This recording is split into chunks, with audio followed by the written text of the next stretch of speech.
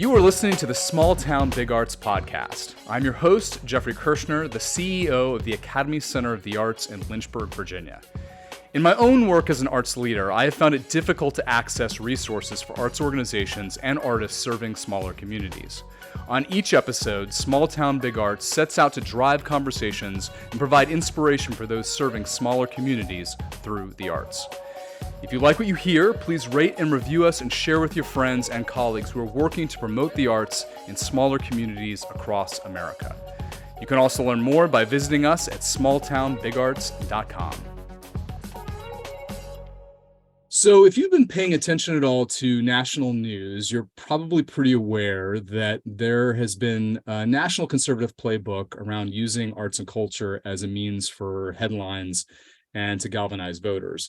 And very often, those of us in the arts and culture sector, particularly in smaller communities, find ourselves embroiled in these battles, I guess we could say.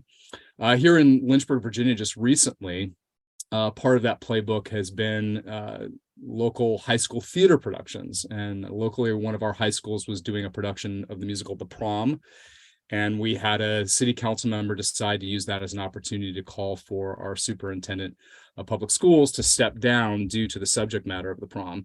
Anybody who knows the musical The Prom, if you know the irony of that, if you don't know the musical The Prom, Google it. But this became a pretty public event, created a lot of conversation within our own community. But interestingly enough, galvanized people around the production. They doubled their ticket sales in the second weekend, and I know from speaking to parents of the actors in that particular production, they were galvanized and excited by their art meaning something and being really relevant to the moment. So it's a double-edged sword. It's certainly stressful. You certainly don't want to face it. But there is some good that can come from it too if we look at it the right way. So I've been very fortunate to get to know Ed Harvey, who is the president at the Arts Center in Orange. I've gotten to know Ed through my time serving with him on the Virginians for the Arts Board, and Ed is also a native of Lynchburg, Virginia, where I live. And we're also joined today by Anna Pillow, the executive director of the Arts Center in Orange. So to introduce them, Ed earned his BA in dramatic arts at Lynchburg College, now University of Lynchburg. Most recently, he was vice president and general manager of the WETA Production Center in Washington, D.C., where he supervised a full-time staff of 75 plus technicians, directors, production managers, graphics, and studio facilities. He enjoys pottery, has been active in theater production, and is a member of Keswick Hunt. It is currently the president of Virginians for the Arts. Anna Pillow, who we're also very excited is joining us today, brings over a decade of experience in the contemporary art world to her role as the executive director of the Arts Center in Orange. She has worked internationally with a wide range of institutions, artists, and galleries. Born and raised in rural Virginia, she understands the power of arts and how access to it can have a deep impact in communities of all sizes. She earned her MA in East Asian Art from Sotheby's Institute of Art in London and her BFA in painting from Old Dominion University in Norfolk, Virginia. Ed, Anna, thank you so much for joining us today here on Small Town Big Arts. I'm very excited to talk to you. If excited is what we can talk about when we're sort of talking about political controversy. But just to give everybody a little bit of a lead in, well, I'll let you all explain a little bit of what happened. So as many of you may know, the national playbook that very often happens around arts and culture, there's a couple of specific flashpoints. Certainly libraries are a target, as I mentioned earlier, high school theater productions. But drag queens and drag shows have also been a target. And so I'm not sure who wants to take the lead on this first, Ed and Anna, but if you want to maybe give our audience a little bit of background. Well, let's start here. Let's start in talking about the Arts Center in Orange and Orange itself. Let's start there. So, Anna, maybe tell us a little bit about the Arts Center in Orange, who you all are, and then maybe, Ed, if you could tell us a little bit about Orange itself as a community. Sure. So the Art Center in Orange is a 26-year-old arts organization, which is a feat, I think, for any community, but especially one as small as Orange. It is a vibrant center, and it's one that I actually participated in programs at when I was a kid. So I understand the value of this organization because it really does set people in our community up for expanded horizons, opportunities to not only learn about art in a general sense, but also, from each other. So it's a valuable community space. And from day one, the mission of this organization has been to increase the quality of life in our community. So it really does have a big impact. I think it's so awesome too that you're a boomerang, as we call them, right? Yes. And that I am one too, and to come back and deliver arts to your home community is really special. So Ed, tell us a little bit about Orange, Virginia, for those who aren't familiar with Orange. A little bit about its culture, its geographic location. Orange is a small town that is basically between Charlottesville and Culpeper, and Fredericksburg on the other side. We have just been studying the new dynamics of the town, and we found out that the majority of the people who live in Orange don't work in Orange. So we've changed our hours and days of operation to try to accommodate the people who work outside of Orange. So we have a lot of things that now happen in the evening. Orange is a historical battleground area. We have James Madison's Montpelier here. It's a diverse community, and it's changing, and I'm not sure that a lot of people want it to. Okay. Okay. Yeah. I think that's safe to say, Anna, right? Absolutely. Yeah. And the world is changing, right? We can't stop that. Well, exactly. And we, I guess we can say that sort of the controversy with us started about a year ago when we got a grant from the National Endowment for the Arts to do 3 murals on buildings. Congratulations, by the way. Those NEA grants are very difficult to get. Yes, well, we got it. We had one mural put on our building, which we love. And then there were 2 other locations that people signed contracts with us to do the murals. Well, the local opposition, I think we will call them, decided that they didn't want them. And they basically harassed the 2 businesses so much that they had to say, we don't want to do them. Okay. So what were the nature of the article of the murals? Well, the one that seemed to cause the most controversy was a dogwood tree branch with a cardinal and some daylilies. Oh my, that is very extremely controversial. Yes. Yeah. No, truly. But I think part of it was going to cover up a mural that had been done a long time ago that is sort of monochromatic and sort of declining, and they didn't want it changed. Okay. Anyway, so we about change, not necessarily the subject matter of the murals themselves. And so we let the people out of the contract because why? I mean, we're trying to do good, not bad. But fortunately, there were other people who really wanted them, and so the other 2 were completed. And we, in our naivete, when we awarded the murals to the locations, we let it be known what they were. And so they harassed them so much that we couldn't do it. So when the 2 other people came forward, we didn't announce it till the murals were done, so that they wouldn't get harassed. Yeah, and we'll get to some lessons learned as we kind of go through this too, right? Because a lot of this is probably communication, right? And how you communicate, when you communicate, what you communicate. Exactly. And so then when the Build-A-Babe proposal started, it immediately got twisted. Yeah. So so Ed, I'm going to give our listeners a bit of a background. So I learned a bit about this because our local newspaper, the News and Advance in Lynchburg, will occasionally run art news articles from Richmond. And so there was a Richmond article about it was, the headline definitely caught my eye, right? It was about the situation that you were running into. So if we could really quick, maybe Anna, give a bit of background on the class itself, what it was for our listeners who may not have had the opportunity to see what happened to you all. So share a little bit. This was a lot of why I brought them on is because they've ended up in the headlines and embroiled in a political battle with the County Board of Supervisors in and around a course that was being offered at the center. So Anna, maybe tell us a little bit about the course, and that might be a good background as we sort of then get into to what happened to you all next. Sure. So it was called Build a Babe. And it was best called a workshop. This was going to be a one-time deal.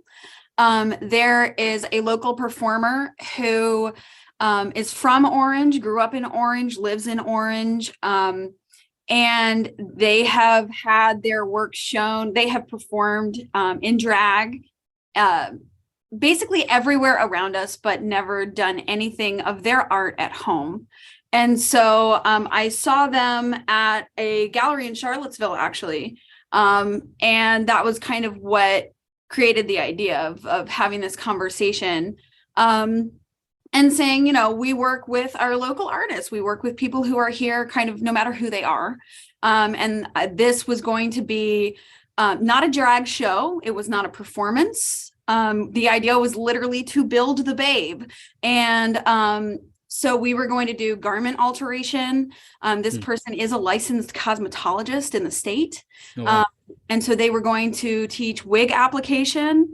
And we were going to do a little bit of nail art designs on some, fake nail tips, and give people kind of a glimpse into what it takes to get ready. So, and I would imagine probably if this course was being taught with an individual with those same qualifications who identified within some sort of traditional gender norm, this probably wouldn't even have been on anybody's radar, right? I mean, we've certainly done a lot of other sewing. This was not our first sewing workshop. It wasn't our first, I actually, do face painting for our events. And these things the actual activities have never been a problem. Yeah. So Ed, now let's get into what sort of happened next. Cause this is where I sent an email to Ed when I was in the newspaper. I was like, oh man, this is Ed Harvey's organization. So I sent you a message and was like, hey, I'd love to talk about this on a podcast. And at that time it was very fresh. And I really understood. You're like, yeah, we need a little air and space and time. We're still trying to figure out what's, how the dust is going to settle here, what's going on. So this course gets released. There's a description, Build a Babe. And tell us what happens next. Basically, what happened is it got taken over by a Facebook group, and it was made into everything that it wasn't. We were trying to convert children. I mean, just everything you can possibly imagine. Okay. Yeah. And it was really interesting. This Facebook group just grew, and the whole situation grew. And we didn't participate in it because you can't win that war. No. Once you step into that arena, and that's certainly something we can talk about today, the sort of online battle, it feeds itself. And so that is, I think it's really difficult for arts organizations and artists when something like this happens. You want to get in and fight because it's so ludicrous, right? You have this class. I'm sure they were using terminology like grooming and other things like that. I'm sure was what you were hearing. And you want to get in there, but yeah, it's you feel like you're feeding the fire, right? Absolutely. And it just kept building. And so what the board decided to do, and rightly or wrongly, but at the time we felt the best thing was to do was to postpone the event. And so we did. And so the event never happened. Okay. But the controversy just kept growing. Okay. It eventually got to the Board of Supervisors, and we have one of the community grants from the Virginia Commission for the Arts where the commission gives $4,500 and the county gives $4,500. Mhm. Well, the county had already given us their money early on. And so what they decided to do was to send the $4,500 back to the Virginia Commission for the Arts, Right.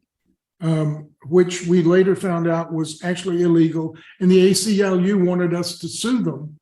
And we went, no. That's, it's not worth that amount of money. It's just not worth it. So anyway, they made the decision to return the money. They had no input. Well, I mean, we'd never got to address it to say they've got it wrong or anything. So they simply responded to whatever the online fury was, as opposed Yes. to, did anyone, Anna, did anyone ever come and talk to you, engage you in it at all? I wish they had. Yeah.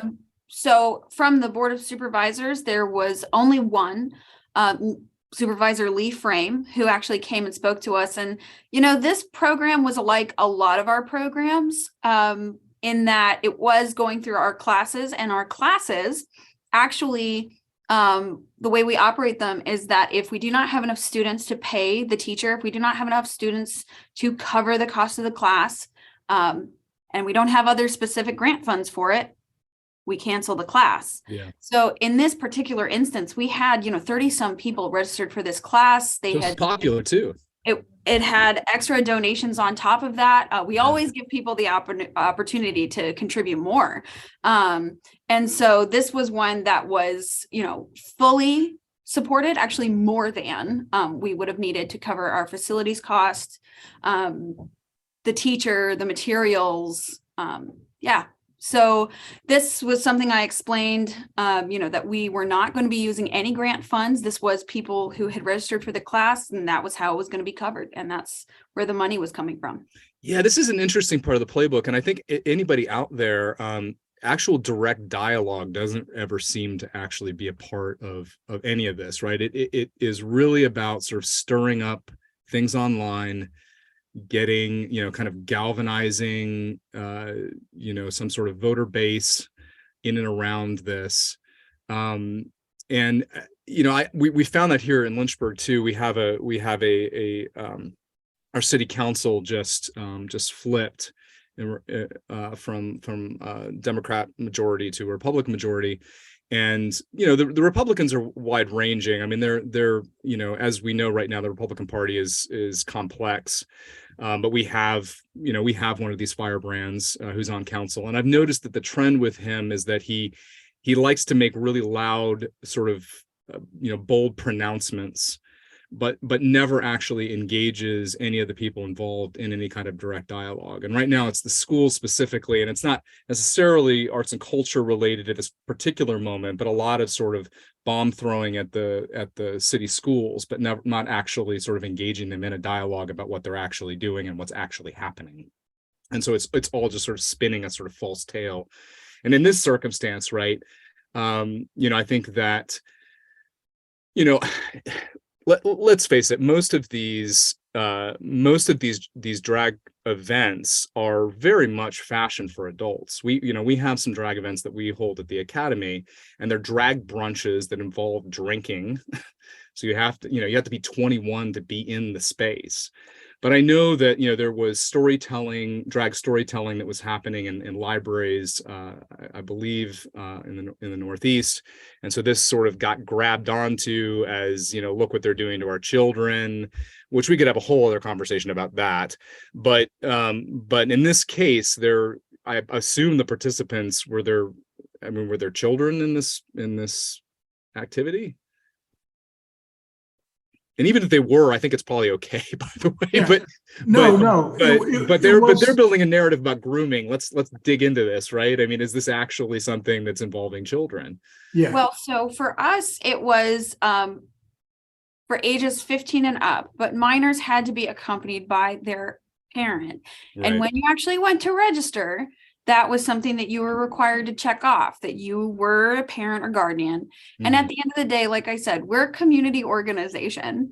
There is not a single person who comes in or out of our building that we don't know about. Safety is a major concern. Right. We do summer camps as well. And so, you know, this was the kind of thing where, you know, when you have minors and they're doing things, I mean, let's just look at our ceramics studio. That's far more dangerous than anything we were going to talk about. Yeah. You know, we have knives, we've got rollers, we've Yeah. got heavy machinery, you know, and we get those waivers from parents. That's just part of our standard operating for anything that's going to require kids. Parents know when children are taking classes or participating in programs at the Art Center. That's Yeah. part of being community. Yeah. So I want to get now into I want to get into some of the positive, because, you know, Ed, one of the things I found really inspiring, and it's actually given me a lot of courage, and I hope it will give listeners courage, that, you know, maybe it's not even, you know, if this happens to you, it's maybe more when it happens to you, that, you know, you know, there's some positive response and some support that comes out of these moments as well. So Ed, talk a little bit about what you all found once it hit the newspapers. And, you know, I know that from our conversations, the Virginia Commission for the Arts was FOIA'd, and there was all kinds of things going on. So tell us what happened to you all, what you were finding in regards to community response, both locally and also nationally, for that matter. Yes. Well, we have good local support. We've always had good local support, and they continue to stand behind us. The funding that we would have gotten from the county was $4,500, and we knew, well, we later found out that they weren't going to fund us for this coming year. So that's $9,000 we would have gotten. So the word got out. And real quick, Ed, how large is your operating budget? Oh, it's $100 and some thousand. Yeah, so this is a big deal. This is a lot of this is important. Well, it's right? just, you know, it's not necessarily the dollar amount, but it's the support from the community. Yeah. The government support. And Yeah, that the gesture. we thought was important. Yeah. So anyway, within like 4 days, we'd collected less than $1,000. Well, on Monday, a couple walked in and said, "How much have you collected so far?" And Anna said, "I think it was $800 or whatever." And they wrote a check to make it up for the $4,500 that day. Plus $1 more. That was Just I love it. I love it. Right. And then other members of the community. So another supporter said, "We will match $4,500." So then there was another $9,000 plus came in. Yeah. Well, then it hit the newspaper, which went regionally, and then I finally. Yeah, I'm reading it in Lynchburg, Virginia, right? I finally heard about Read It, okay, which I didn't even know about. But anyway, eventually we got more money than we would have gotten from the county, okay? Yeah. So that worked in our favor. We didn't actively fundraise for it.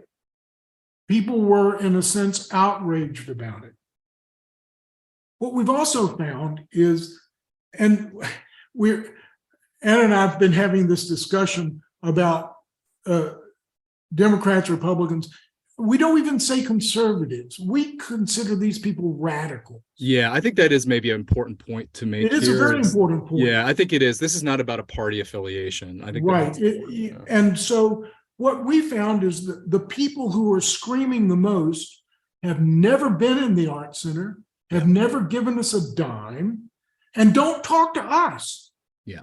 Okay. I think when you ask Anna that, she sort of laughed and said, "I wish they had." Well, we do.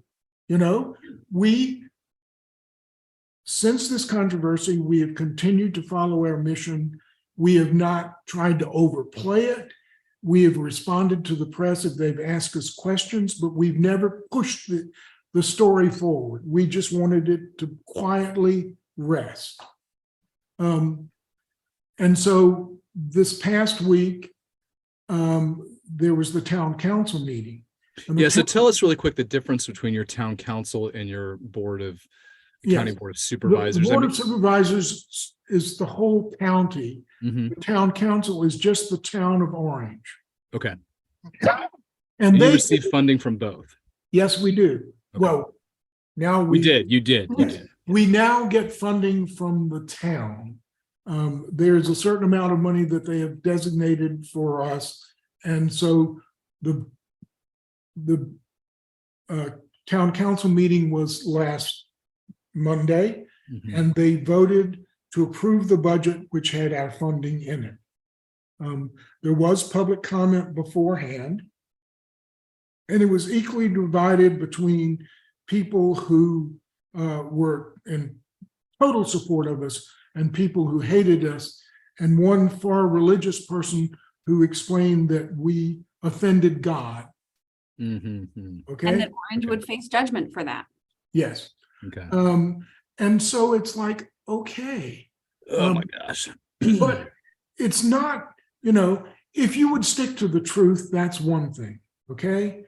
But as we said, the event, maybe we didn't present it the best way possible, all of these things, but the event never happened. But still, Yeah. that is the onus. Yeah, okay? that's what's so nefarious about this, isn't it? It's that it's not even true, right? It would be one thing, right? I mean, we go back to the culture wars of, let's say, the 1980s, for instance, when the NEA was facing a lot of political backlash in and around things like the piece Piss Christ, and and we look back on that, and this art was extremely evocative and was pushing the envelope, and I think at the end of the day, it had every right to exist, and in our society, particularly a society built around the First Amendment. But what's really nefarious about this is that what they're pushing out is not even actually true. It's false. Well, And so and taking things that are like that consenting adults are participating in, and making it somehow about children. I was really struck. I'll just read this really quick. This was from a state senator candidate in the newspaper article that recently came out. This guy's Mike Allers, oh yeah. and he says, "I look forward to a decision being made in the future that would allow for funding to be for art, true art, and not for something that is going to indoctrinate kids." So number one, I'm not even sure exactly how we define true art. I'm not sure what that is exactly. But then to talk about indoctrinating children, this is not even true from everything that I understand who you all are, what you do, the benefit you provide the community. It's just completely false. Well, and the other part of it, for Black History Month, we had this wonderful exhibit on invisibility that was really fascinating. And those people who came to see it really enjoyed it. But there was one section where there were some COVID masks that the artist's friends made when the Breonna Taylor incident happened. Mm-hmm. And so there were some nasty words on there, okay? But the way the exhibit was set up, you could not see it from outside. You could not see it from the lobby. You had to go in. And of course, we have somebody there all the time. So children were never exposed to that, okay? But then that was another whole controversy. So we are woke, we are political, Right? We are political activists. And it's like, no, we're not. We don't pick sides for anything like that. But it became all of these things.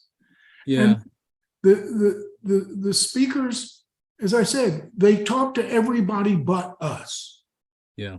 And that's what we find frustrating, because maybe there's some common ground, you would think, okay? Because we don't do very much controversial stuff.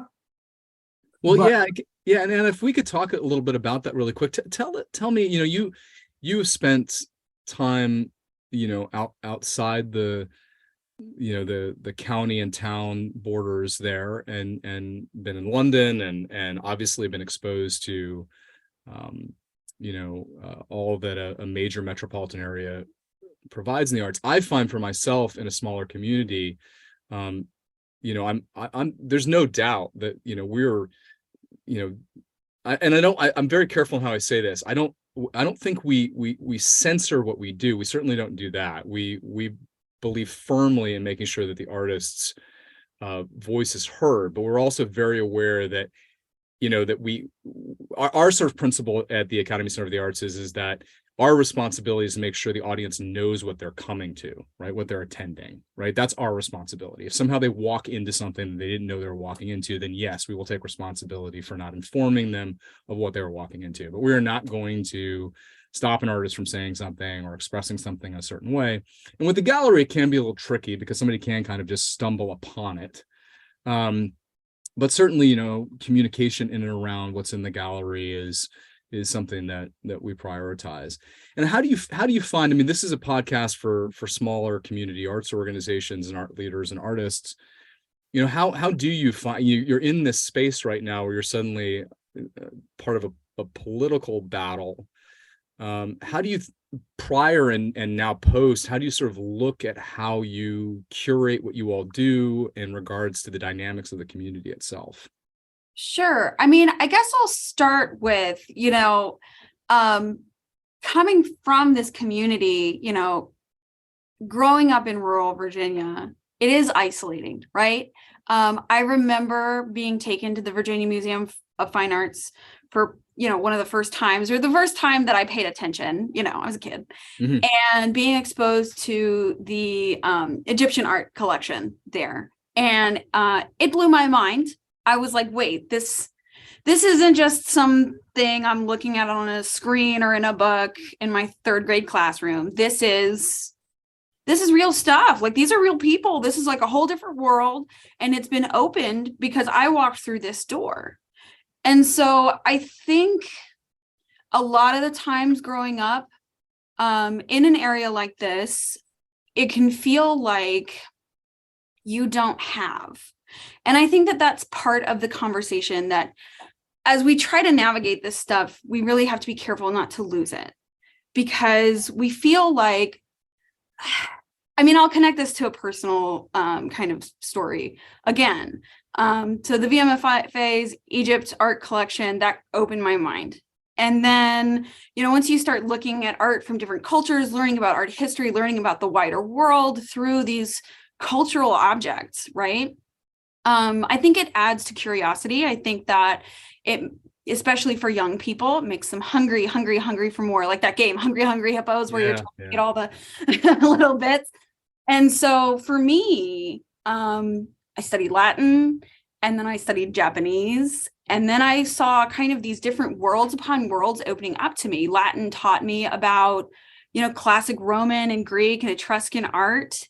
And then I get into learning Japanese language and culture. And so then I have to learn about Chinese art and Korean art and Japanese art and all of these things. And that really helped guide my personal journeys in the art world. I mean, ended up getting my MA in East Asian art, right?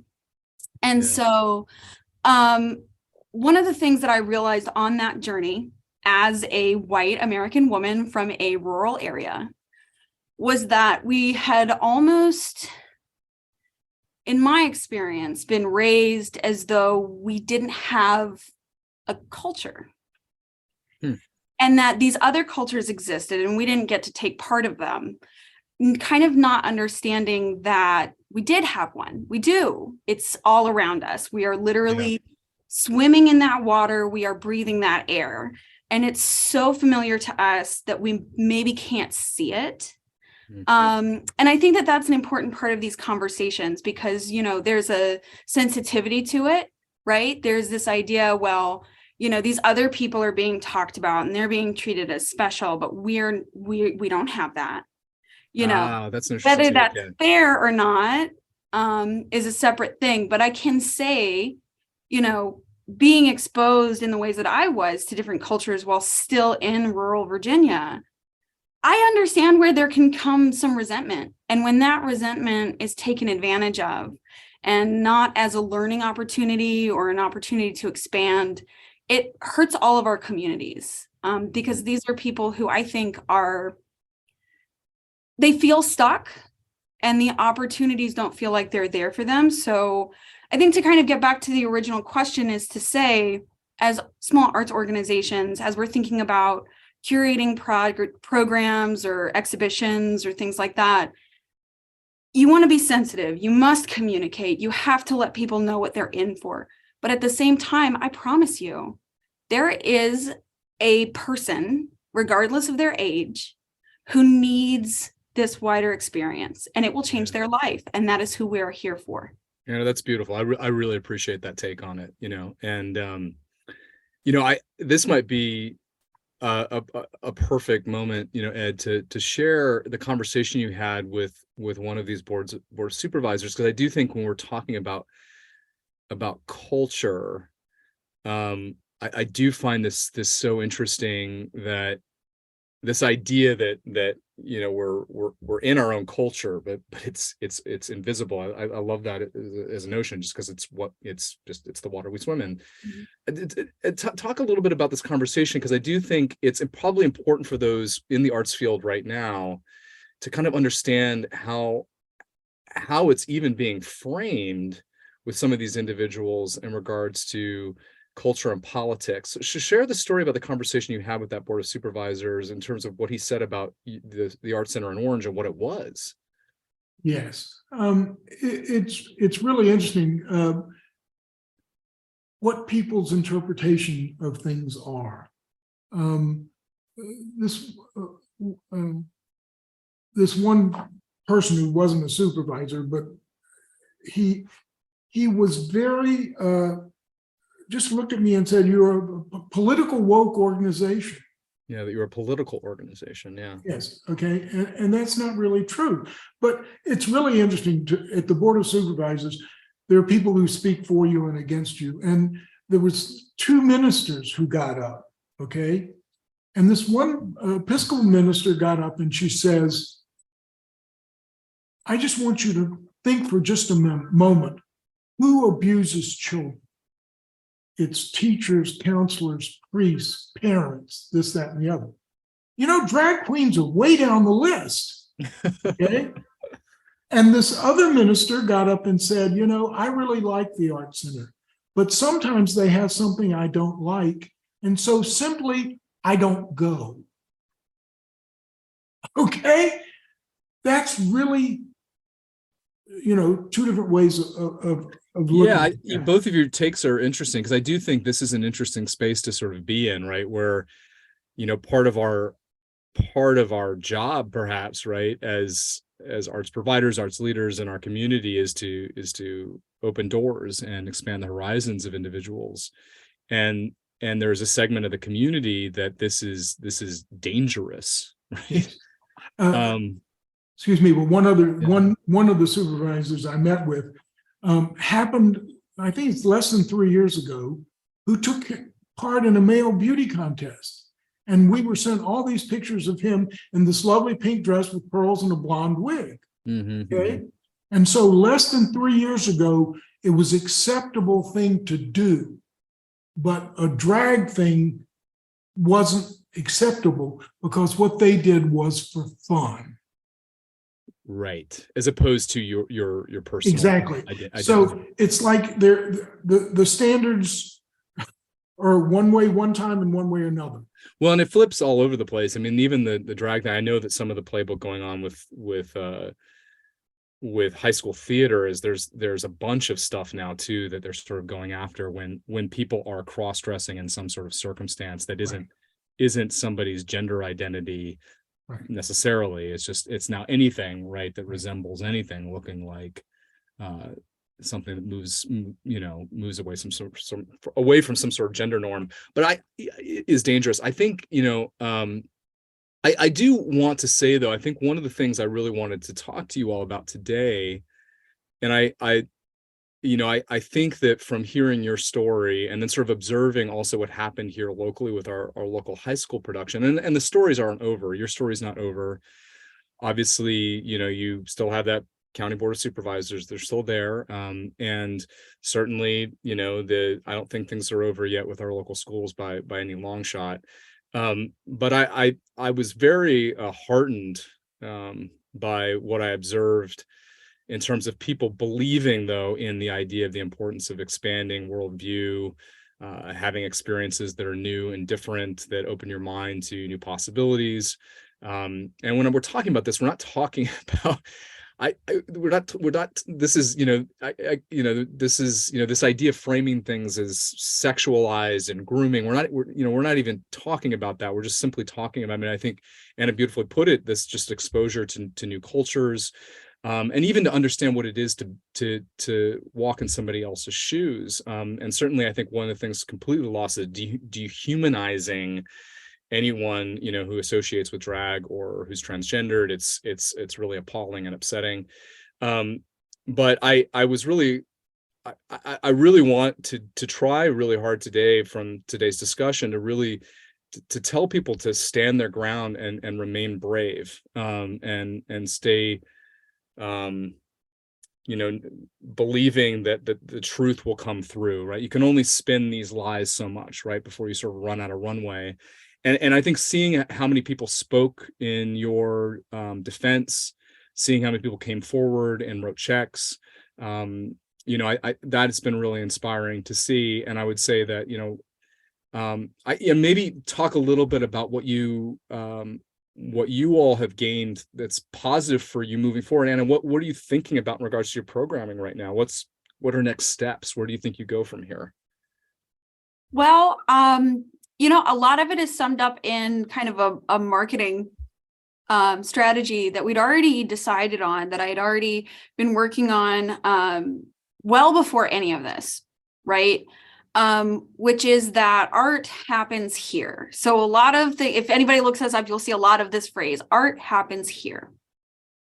And I think that part of the key to that from the original get-go was, we make art. Now, who is we? Like, we are all part of we, we all live here. We all make, we're all creative. What is art, right? Art is a human expression, an expression of humanity. Art is sharing ourselves with our neighbor. And so that's what's happening here. And we're the ones doing it. All of us as a community, in Orange, the town, in the county, in the Commonwealth, right? And so that's something that kind of it was a guiding light when I was thinking about programming for this calendar year. How can we highlight the art that is not just already happening here, but that the art that could happen here? So there's a lot of potential in it, and to have this firm statement that the art is happening here, like, period, done, right? Yeah. I think that that's something that still holds true. I think that it can feel really disheartening to see these negative comments. I'll say I am a millennial, right? Mm-hmm. So social media is something that I grew up with.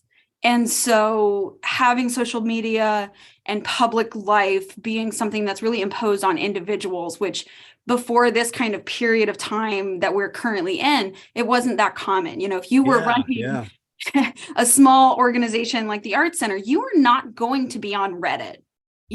There was no Reddit to be on, And now we're not in that moment anymore. There are changes happening. Part of that is technology. And part of that is how people behave when using that tool. Mm-hmm. And so, I think that that's something that I perhaps underestimated, the way that social media was going to be used. But I think that it's also something that doesn't have to be good or evil, right? Like, in and of itself, it's neutral. It's how people use it. So I think that, kind of getting back to some of the promises of this technology to say, look, these are the facts. This is available to you. Anyone can find it. I don't think the answer is to close off. I think that the answer is to make sure that the information is available. Social media, websites, emails, if an organization has the resources, like, this is one of my dreams, right? To create an app that is maybe, that's something that's easier to do now than ever before, where people are really able to engage directly, to encourage that human connection through technology, rather than letting the technology, run roughshod over what you're trying to do and the communication you're trying to have. I think that as we move forward with programming, we're just going to stay on our mission that we are here to, yes, increase the quality of life in our community. That is an active mission. That's not something that you can sit back and hope it happens. That's not, you can't increase by doing nothing. So it's always been inherent that the Art Center is going to do that. That's day one. But I think that the other part of our mission is just as important. How do we do that? And it's by showcasing, celebrating, bringing together diverse art, diverse ideologies, and having a forum for these conversations. And I don't want to make Ed wince, but those conversations aren't always going to be friendly. Yeah, they're not always going to be fun.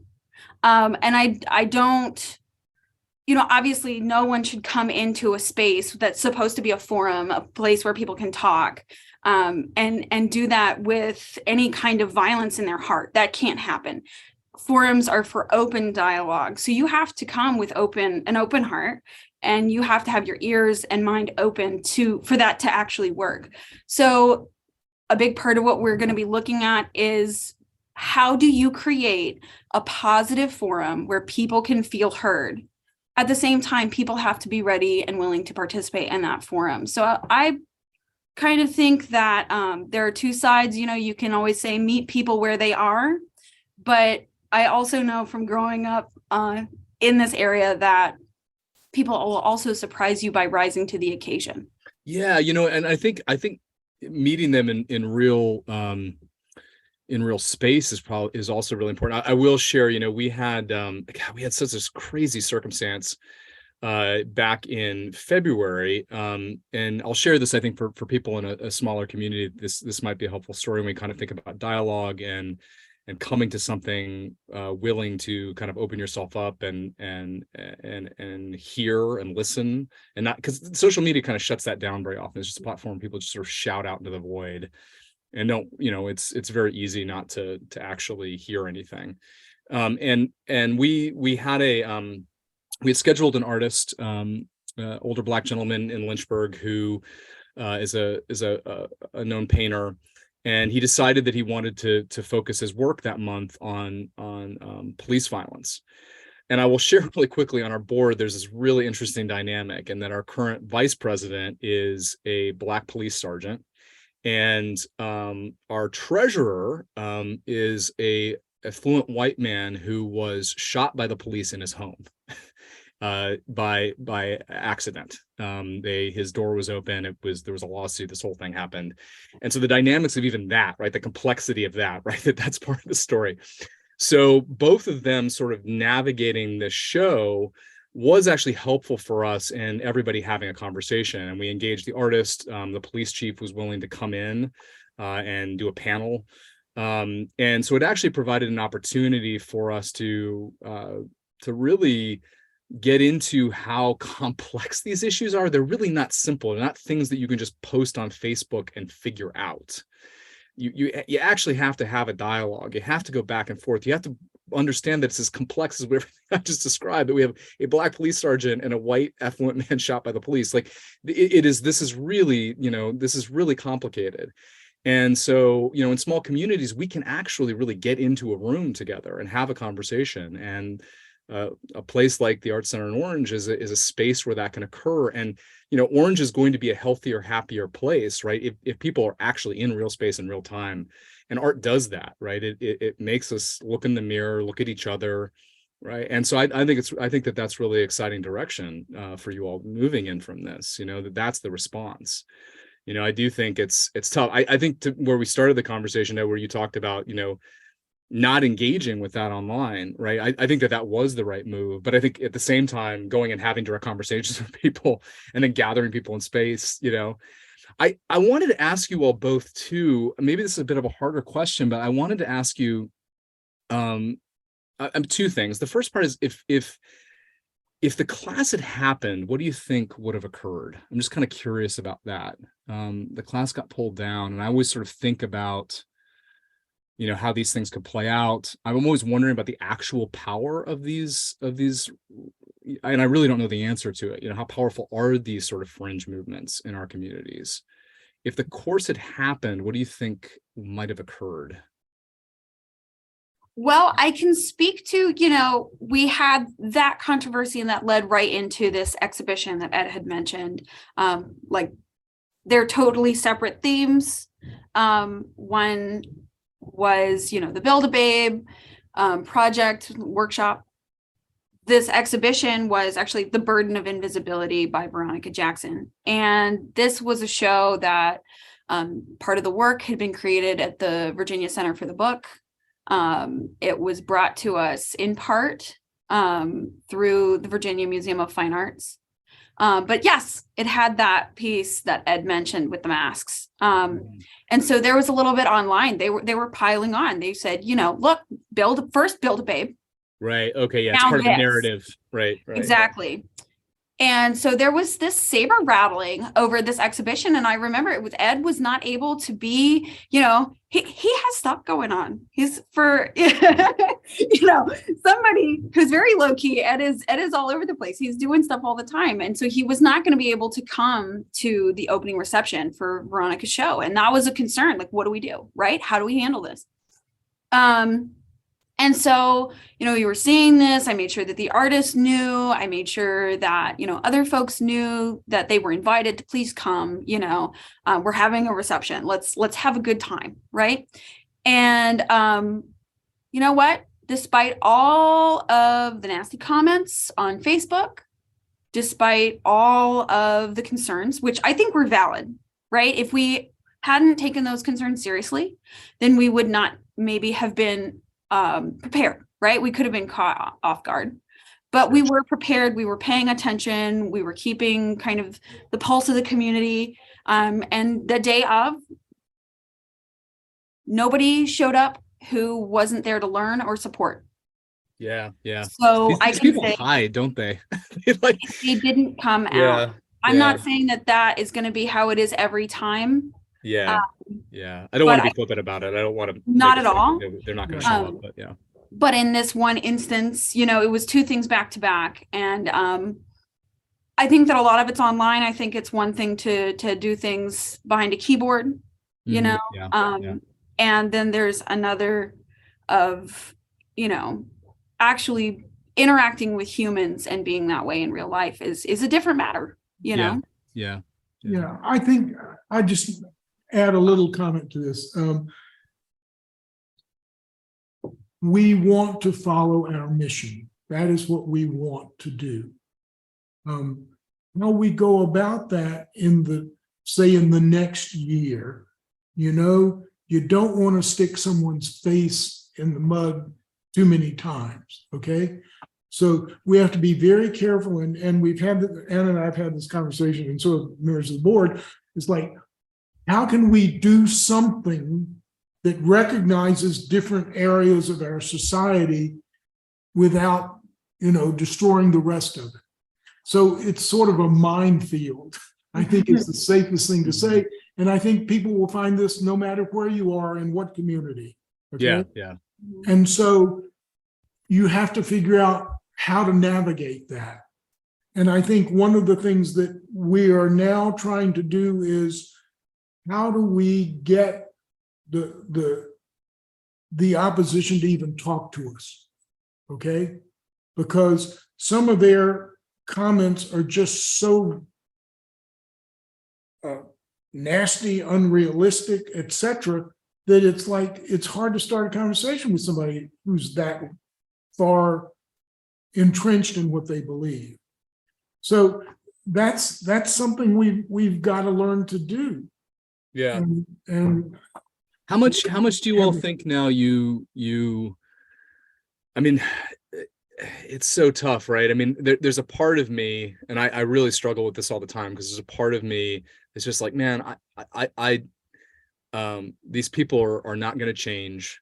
There is nothing we can do. They're going to remain who they are, and they're going to behave the way that they behave.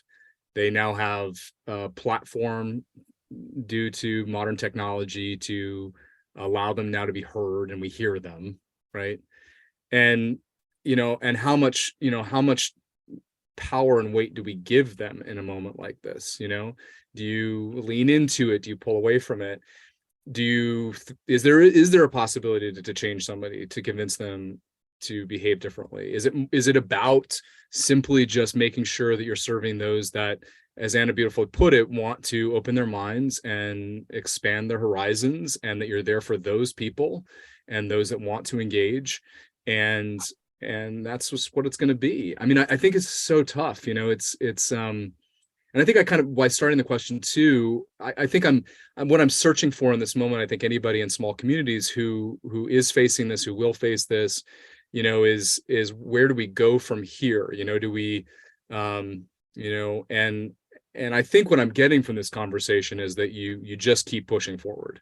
You know, there probably is going to be gut checks on this. We're going to have to really think about why we're doing why we're doing what we're doing, the impacts it makes on our particular communities, the statements that it you know, the statements it makes. But that's probably something we should be doing anyway, right? Yes. So and the other part is that everybody involved, the staff, the board, everybody has to be a united front going forward with a program that you're going to do. Okay. I think that's something that's critically important, that every organization, because you can't be divided and achieve a goal on programming such as this or whatever. Yeah.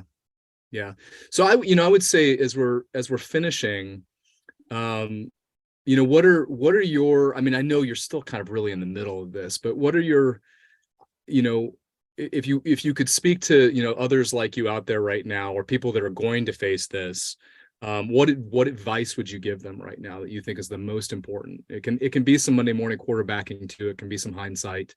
And from both of you, what do you know, Ed, what do you want to tell some other board presidents?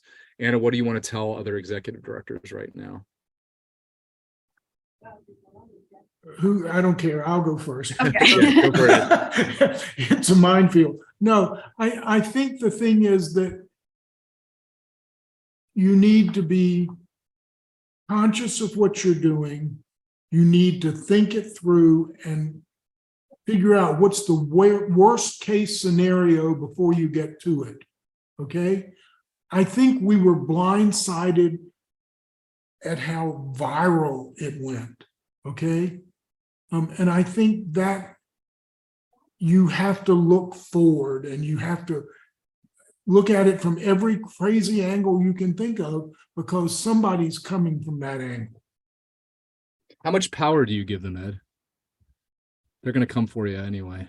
Yeah, they're going to come for you. Well, and that's really it. And that's one of the things that we've been, you know, dealing with, is these are people who are coming after us who don't come to us. Right. They're not your patrons, right? Yeah. Right. So we're not part of the conversation with them. Okay. And that's what we're trying to figure out, is how to find, okay, maybe a reasonable person of the opposition who we can start a conversation with. And so that's, I think, where I feel we are about this at this point. So Anna, for you, what do you know, what advice would you give? I mean, I think there's certainly being prepared, right? But do you feel I think you eloquently put forward, I think, your messaging and how you're looking at the arts in your community moving forward. Is this, I think, apart from being prepared, is this going to change what you will do moving forward in some sort of material way?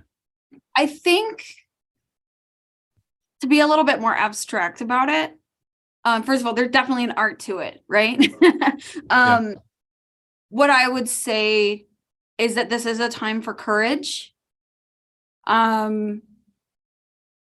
Communication is really important. Like I'd said, you need top to bottom in the organization. People need to engage.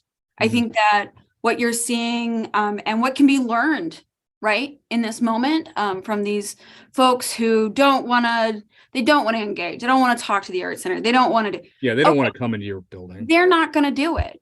They've made it clear, right? So this is where I think the courage is required. Be in your community. Be active in your community. Be visible. Don't shrink back. Be right? very visible. Yeah. I think, to hide is to give that power, right? We screamed on Facebook, we spread lies, and look at them, they're hiding. Don't hide. Be considerate, right? Be polite. Hey, we're all Southerners here, right? So, Right. Yeah. We can be polite. We can behave as we want to behave in public, and not give that away. That's something you shouldn't give to others. They don't have the power to control these things. So be brave, be courageous, follow the mission, communicate with the organization's stakeholders, top to bottom. I think that this is a moment for those who are in leadership positions, who are on boards, who volunteer, right? To really step up and be advocates, right? These are folks who are in the community. They're going to the grocery store. You have your executive director, you have your, staff. They are doing work. Part of being part of these organizations that's so beautiful is that the story. So you can share with the people that who maybe don't know all the facts. You can advocate. Don't be shy, right? And even if you don't know all the answers, say, you should really go talk to those folks over at the Art Center. And that can go a really long way. One of the things that I think we've seen as we talk about the radicalization of folks, especially over the pandemic, right? We saw people who have been very separated from public life. And arts organizations represent third spaces. This is a space that is not your work. It is not your church, right? It is not your home. So these are spaces that are not common necessarily in American life, right? It's hard to find a space that isn't, this regimented thing. And in COVID and all the pandemic lockdowns, we lost a lot of that. We lost the ability to go be in the public square and to engage with each other as human beings and to see each other as a community. And so I think that that's why it comes down to being visible. It comes down to continuing listening, right? And the strength of small organizations, whether you're talking about fundraising or grants or programs or any of it, is that they're small. They can pivot. You can always. Yeah, that's a great point. Yeah. You're nimble. Nimble. Yeah. I would say too, to folks is that one of the things that we've been finding at the Academy when things arise, I'll share kind of two things really quickly. One is that our value statement and our strategic plan has been really key when we respond back to any questions about programming or things that we're doing. The value statement, which, really, again, any rational person who looks at it, it's very positive, right? When we're talking about, reaching, a diverse audience that is representative of our community, and we're talking about being accessible to all of these things are things that any normal person would not see a boogeyman in, right? They would believe in. And so we when somebody questions something, we point back to those value statements. Our strategic plan also very specifically states audiences that we're trying to serve and expand our base. And we even use it in business terms in the strategic plan. We think about the expansion of more people engaged means that revenue is higher. So we specifically in our strategic plan, it states that we want to serve more in the LGBTQ community. So when that program comes into question, we say, hey, this is part of our strategic initiative, right? Of audience expansion. Make it about a business plan. Don't make it about a cultural plan. Again, you're speaking to the rational people in the room, not the extremists. Don't speak to the extremists. Speak to the rational people. I will also share. So I took a sabbatical last summer, and I was not around for this because it was a no contact sabbatical, and so part of the aim of the sabbatical was for me to have a clean break and rest. And so this event happened. There was one of our local area county high schools. There was an uproar over a young man who had been a graduate of the program, who was a drag performer, who was very popular, who was going to do a fundraiser for them, and the Bedford County got all up in arms over this happening in the school. So our staff and team, I was not there at the time, they knew that in our value statement, we would, this was a part of our mission. And so we held the event in the Academy Theater. And I share this story not to pat ourselves on the back about it, but two things. One, the organization knew the people in the organization knew that was something we'd do. Number two, I learned later that they received a lot of noise. They got phone calls, they had emails. By the time I got back, which was about a month later, it was silent. There was no ramifications for me for them doing that event. There was no donor blowback. There was no patron blowback. I didn't have to come clean up a mess afterwards. So sometimes this stuff is a lot of noise. And I think, Anna and I were speaking earlier, I mean, I think it's important to take these, if they get violent or it seems it could be violent, I think you need to you need to do a threat assessment. You need to take it seriously. But also remember, as we earlier pointed out, a lot of these folks are just by themselves in a room on a keyboard. And to give them more power than they really should have is not fair to you, your organization, and the work that you do. So number one, I just want to say you all are so brave. The work that you all are doing in a smaller community like Orange is critical. These smaller communities is really where the rubber meets the road in these cultural battles. I think it's very easy in larger markets where the politics are pretty unified, that you're not having to look in the mirror as much and have these questions. I mean, I loved what Anna said about this idea that we kind of forget that we do have a culture, right? And we're in that culture. And what is that culture? What does that culture mean? What does it mean to look at somebody else's culture and have that culture hit your culture? And art spaces are where that conversation can happen. And that's where we solve a lot of these bigger problems that we're having right now. So thank you for also having this conversation with me. I really wanted to talk about this, and I would have also really understood if you were like, no, we're good. We really don't want to talk about this anymore. It's been in the news and obviously it's not over. I think just as a quick thing, what is next? So you got your town funding. Is it just going to be your business model now is moving forward without that county money and that's just the plan? They're nodding. I'm sorry. Yep. No, it's okay. That's how we're moving forward. But we're going to keep doing programs, very much, following that mission. For example, this Saturday on May 20th, we are having the Virginia Museum of Fine Arts Art Mobile come to town. Yeah, it's a great program. We're going to be face painting. We're going to have other people making, like somebody's made fairy wings that they want people to be able to decorate. We're going to have you can make your own little bouquet, so we're just going to keep having a good time, being creative and working with everybody who wants to engage. And we hope that is as many people as possible. Try something new, Yeah. You won't know if you like it or not until you try it. Yeah. And, one of our major things is outreach. And we do a lot of things with the elderly, with young people. And we try to do as many free events as we can. Okay. Because we are part of the community and we want to serve the community. Yeah. But as we said, radical is the term we're using now. The radical element. I think it's a smart, label it that. Yeah. Because there's some very nice conservative people who are very supportive of us. And as they say, either they like coming or they don't to an event. Yeah. And I'll say really quickly, too, to those out there, I think it's also really important right now, and this happened earlier in the conversation, let's not make this about Republicans and Democrats. I think that there are allies, particularly in these smaller communities that currently identify themselves as conservatives. They identify themselves as Republican, but right. they're not the people we're talking about here. And so I do think if you're going to build bridges and you're going to navigate a smaller community, it's really important that you don't bunch these, I think you're right, radicals into sort of just like these are conservatives, these are Republicans. And I think that's also important for people in small communities to contend with. Right.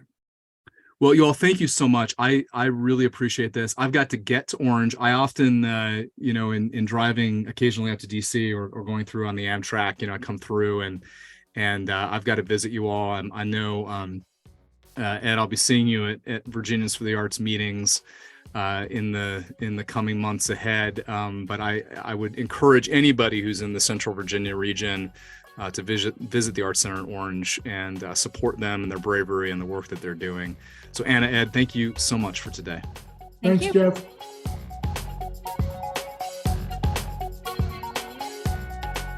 Thank you so much for joining us for this episode of Small Town Big Arts. Remember to rate and review us and share with your friends. To learn more, visit us at smalltownbigarts.com. Until next time, I'm your host, Jeffrey Kirshner.